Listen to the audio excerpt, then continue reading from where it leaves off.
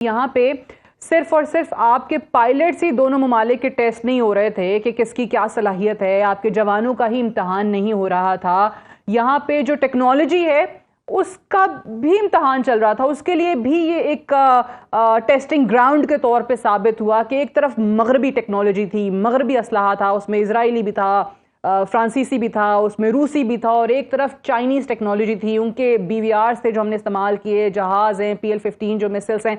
तो इनका भी मुकाबला था जिसमें ऑब्वियसली चीन इस वक्त खुश है और चीन की मार्केट जो है वो अब और आबाद हो जाएंगी, उनकी टेक्नोलॉजी जो है वो आज पूरी दुनिया ने देख ली और उसकी मोतरफ है। जी बिल्कुल, बिल्कुल ऐसा ही है सादिया। एक्सीलेंसी ने बिल्कुल सही कहा है कि इस वक्त वेस्ट का और चाइना की टेक्नोलॉजीज का भी देखे ना, एक कंपनी की टेक्नोलॉजी रियल बैटल फील्ड में, सिमुलेटर्स में बहुत चीजें होती हैं, सारी चीजें सिमुलेटर्स पे ही रह जाती हैं, लेकिन रियल बैटल फील्ड में प्रोफेशनलिज्म ऑफ पाकिस्तान मिलिट्री और इक्विपमेंट, वेस्ट और पाकिस्तान और चाइना की कोलैबोरेशन, यानी कि चाइना का भी वो टेस्ट हो रहा था। बिल्कुल देखिए, जब पहले 30-40 मिनट्स में एम्बेरसमेंट हुई है, पिछली दफा भी इसी तरह SU-30 और मार गिराया, इस दफा तो और उस पर उन्होंने प्ली ली कि जी राफेल होता तो आज हम ये दिन न देखते। तो ये बात राफेल को या किसी और जहाज को उड़ाने वाले की होती है, उस जहाज की नहीं। जी जी। अच्छा सादिया, दूसरा इनडायरेक्टली और अंदर से कुछ लोग अमेरिका खुश होंगे कि ये राफेल कर रहे थे, अच्छा भला हम इनको A35 ऑफर कर रहे थे, इनकी डील वील चल रही थी, तो वो कहते हैं ना कि वो पंजाबी में कहते हैं ना शौक पूरा कर लो, तो वो उधर भी कुछ आवाजें ऐसी होंगी जो कह रही होंगी कि अभी शौक पूरा कर लें। तो ऑफ कोर्स टेक्नोलॉजीज का भी मुकाबला हो रहा है। और देखिए एम्बेरसमेंट बहुत बड़ी है, कंपनी के भी शेयर्स पे भी इफेक्ट आया है। इसका मतलब है कि कोई वीकनेसेस है, उन्होंने जो टॉल क्लेम किए होंगे अब वो अपना रीजन देंगे, जी किस वजह से हुआ, इस वजह से हुआ। At the end of the day वो पायलट के ऊपर ही डाल दिया जाएगा। Of course pilots are not trained, they were not fully into it. इसलिए तो डिप्टी चीफ एयर स्टाफ जब सैक हुआ तो हमने यही प्रोग्राम्स में कहना शुरू किया कि there is something going on, क्योंकि डीप स्टेट की जब फौज लड़ी है ना जी, तो वो they were not into the purpose of the war. मैं सोल्जर हूं, मैं पाकिस्तानी हूं, मैं बहुत सारी चीजें, हमारा तो चले रिलीजन भी आ जाता है, उनके पास तो स्टेट के अलावा, नेशनलिज्म के अलावा लड़ने के लिए कोई चीज ही नहीं। कोई भी किसी भी मुल्क का सादिया सोल्जर हो, I have respect for that man. उसकी वजह ये होती है कि चाहे वो इंडिया का हो, हिंदू हो, किसी मजहब का हो, किसी से, वो अपने मुल्क के लिए जान देने को तैयार होता है, लेकिन उस पर्पस के लिए जो उसके मुल्क के लिए हो, न कि वो मोदी का कोई सेविक तो था नहीं जी, न वो RSS का कोई कारिंदा होता है कि जी RSS के हमने क्योंकि 25 नवंबर को 7 साल वहां पे होना है तो हमने मोदी साहब का छाती चौड़ी करके वहां पे पहुंचा रहा है। तो they were not mentally into it, और फिर दे आर सरप्राइज्ड। वो हमेशा समझते हैं कि पाकिस्तान ये नहीं करेगा, वो नहीं करेगा, और वो पाकिस्तान करता है। ये आपने बड़ी अच्छी बात की, यानी एक नई डॉक्ट्राइन की अगर हम यहाँ पे बात करें, बिकॉज बहुत ज्यादा एनालिस्ट पाकिस्तान में भी मैंने ये सुना है कि जी जो कहते थे यो डेटरेंस इज नाउ कॉम्प्रोमाइज्ड। सो आज जो कुछ हुआ है, ये 5 घंटों के अंदर जो कुछ किया है पाकिस्तान ने, पाकिस्तान की फौज ने, आपको लगता है कि वो रीस्टैब्लिश हो गया है? देखिए, जो सादिया वॉर होती है ना जी, वॉर और ये जिस तरह बैटल चल रही होती है, इसमें एक प्रोसेस चल रहा होता है जी, एक साइकिल होता है वॉर का, बैटल का एक साइकिल होता है। उन्होंने पहले ऑफेंसिव किया तो ऐसे लगा कि जैसे डेटरेंस आपकी खत्म हो गई है, एक टेक्टिकल लेवल पे कह लें या ऑपरेशनल लेवल पे, आपने उसी ऑफेंसिव के ऊपर अपना डिफेंस माउंट किया।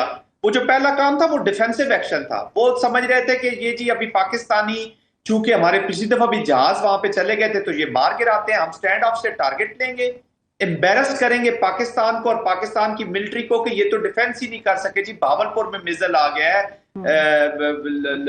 अपना पंजाब में 4 जगहों पे आ गया, 5 जगह आजाद कश्मीर में आ गया, ये किस तरह का डिफेंस है? यहाँ पे पाकिस्तान को और हम सबको समझने की जरूरत है, सब लोगों को थोड़ा सा वॉरफेयर जो है ये 21वीं सदी का वॉरफेयर है। ये 1965 की जंग नहीं है जो ट्रेडिशनल मिलिट्रीज जब उधर लड़ती थी, या जो ये स्टोन एज वाली ये पुरानी वॉर्स नहीं है कि जो घोड़े आ जाते थे। अब ये 21वीं सदी, आप जरा स्टडी करें जो अजरबैजान की एप्लीकेशन है आर्मेनिया के खिलाफ, ड्रोन्स, टेक्नोलॉजीज आ गई हैं, स्टैंड ऑफ से उन्होंने मारे। आपके टारगेट होते रहेंगे, हमने भी किए हैं ना उनके टारगेट। आज तो आप दिल्ली में उड़ाते रहे अपने ड्रोन्स, अल्हम्दुलिल्लाह। आप और डीप भी चले जाएंगे। ये जो रेंज हम हासिल करते हैं, जिस प्रोग्राम से हमें वो रोकते हैं, खासतौर पर अमेरिकन, तो वो अपने इसी बुली के इसी से डरते हैं ना, जिसके लिए उन्होंने वो जो इस घोड़े की आप बात कर रहे थे, तो आज लकड़ी का घोड़ा साबित हुआ है। अमेरिकन तो सर पकड़ के बैठ रहे होंगे कि हमने अल्टरनेटिव भी कोई नहीं तैयार किया चाइना को चैलेंज करने की, इसी के ऊपर लगाते रहे और ये निकला लकड़ी का। मुझे मुझे मुझे याद है कि हम अभी ये बात कर रहे हैं Israeli drones, Harop drones, S-400 Russian technology, Russian air defence system, फिर राफेल फ्रांस से आपने ले लिए वो जेट्स, अब वो अपाची का भी कॉन्ट्रैक्ट उन्होंने किया हुआ है ना, अपाची हेलीकॉप्टर्स का। तो अमेरिका ने सोचा होगा इससे पहले कि हमें भी जलील करवाएं, हमारे जहाज़ों को भी गिरवा दें, तो इससे पहले इनकी सुलह करवा देते हैं। बट खैर that was on a lighter note. मुझे ये बताइए, दोनों कौमों का भी जब हम बहादुरी देखते हैं तो वो बड़े ज़बरदस्त किस्म के विजुअल्स हमने देखे कि जहाँ पे हमारे जो बच्चे हैं, जिस गांव देहात के अंदर ड्रोन गिर रहा था, वो उठा के उसको लेके फिर रहे थे, जबकि वहाँ के जो विजुअल्स आ रहे थे वो दूर से लोग जो है ना वो भागते हुए आपको नजर आ रहे थे। तो हमारे तो बच्चे भी बड़े तेज हैं जनरल साहब, ये रिवर्स इंजीनियरिंग करके कल को वो हैरप ड्रोन यहाँ पे ना उन्होंने तैयार किया हो। नहीं, अल्हम्दुलिल्लाह our technologies are also very good technologies. हमारे जो सिस्टम्स हैं दे आर वेरी गुड। अभी पाकिस्तान के भी जो ड्रोन्स देखिए ना, अल्हम्दुलिल्लाह 48 आवर्स की इस बैटल में mostly it was an air battle, और एयर के बीच में और मिसाइल की एक्सचेंज मेन हुआ। ऑन ग्राउंड तो बहुत हुआ है जी, कोई चीजें रिपोर्ट ही नहीं है। जिस तरीके से उनकी पोस्टों की खबरें आ रही हैं in Kashmir, brigade headquarters, battalion headquarters, इनकी पोस्टें, white flags, it's a huge story. मैं तो कश्मीर में डिप्लॉयड रहा हूँ जी, वो eyeball to eyeball है, और उधर एक जश्न के समा के तौर पे वो जंग लड़ी जा रही थी। तो एवरीबॉडी इस तरह पानियों की नेवी की जंग जरा खामोश एक्टर्स होते हैं, वो प्रोड्यूसर्स की तरह वो पीछे बैठे होते हैं। जिस तरह भी फ्रंट पे तो आप बैठेंगे, लेकिन आपकी पूरी टीम उमर वगैरह पीछे बैठे होंगे ये सारे, तो देर लाइक वो नेवी भी इसी तरह खामोश असल हीरोज वहां पे बैठे। बट एनीवेज, तो ये सबका एक जॉइंट एफर्ट है। फिर साइबर में गए हैं, वो तो सोच भी नहीं सकते कि पाकिस्तान किस किस डोमेन में रिस्पांस लेके जाएगा। जो DGISPR कहते थे ना कि आपको पता उस वक्त चलेगा जब रिस्पांस जाएगा और दुनिया देखेगी। तो दैट्स व्हाई आई से कि यार नया पाकिस्तान है। अच्छा, वॉरफेयर में फिर आपने जो साइकिल की मैं बात करता, जहां से सादिया बात शुरू हुई थी, तो आपने डिफेंसिव मनूवर लॉन्च करके फिर अपनी डेटरेंस रीगेन की। फिर उन्होंने आपको टेस्ट किया, बीच में एक दो स्टेप छोड़ के वो एस्केलेशन लैडर पे ऊपर गए।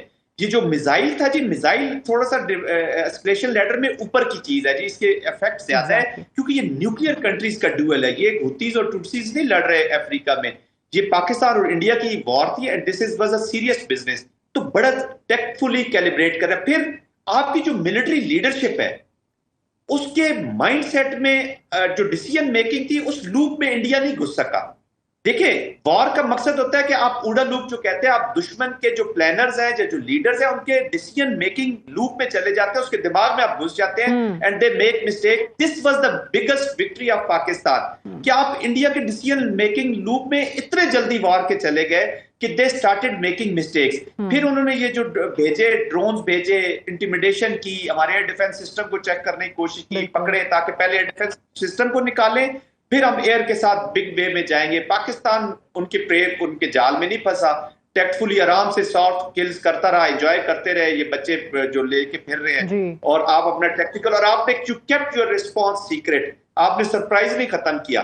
फिर जब उसने दूसरी एप्लीकेशन भी कर ली, तो फिर आप that was the time to retaliate. फिर उस एस्केलेशन लैडर पे आप गए, यू वेंट अक्रॉस, और पूरा स्पेक्ट्रम आपने, including the cyber, including the air, missile, ground to ground, air to ground, हर चीज फिर आपने अप्लाई किया है ऑन सिलेक्टेड टारगेट्स, और आपने वो साबित किया। और उन्होंने देखे उसके बाद तो उनका जो डिसीजन छोड़ के इतनी बड़ी एम्बेरसमेंट, 48 आवर्स में 13 लाख की फौज, 80 अरब बिलियन डॉलर का budget, with French planes, Russian systems, American support, Israel के operators, you have embarrassed many countries in a way. तो वो जो जैसे बॉक्सिंग में होता है ना, जब आप देखते हैं कि मेरा बॉक्सर काम नहीं कर रहा, तो कोच थोड़ी देर बाद टॉवल फेंक देता है, तो ये टॉवल वाला काम हुआ। बिल्कुल सही है। पाकिस्तान की फौज ने जो चीजें इस दफा सिखाई हैं, वो आने वाले दिनों में, और ये तारीख की किताबों में लिखा जाएगा, ये जो कॉन्सेप्ट्स हैं ये दर्ज होंगे, और आने वाले दिनों में ये मिलिट्री वॉरफेयर जो हैं, ये आपको जो स्टूडेंट्स हैं जो पढ़ने वाले हैं, वो ये पढ़ रहे होंगे, सीख रहे होंगे इस चीज़ से।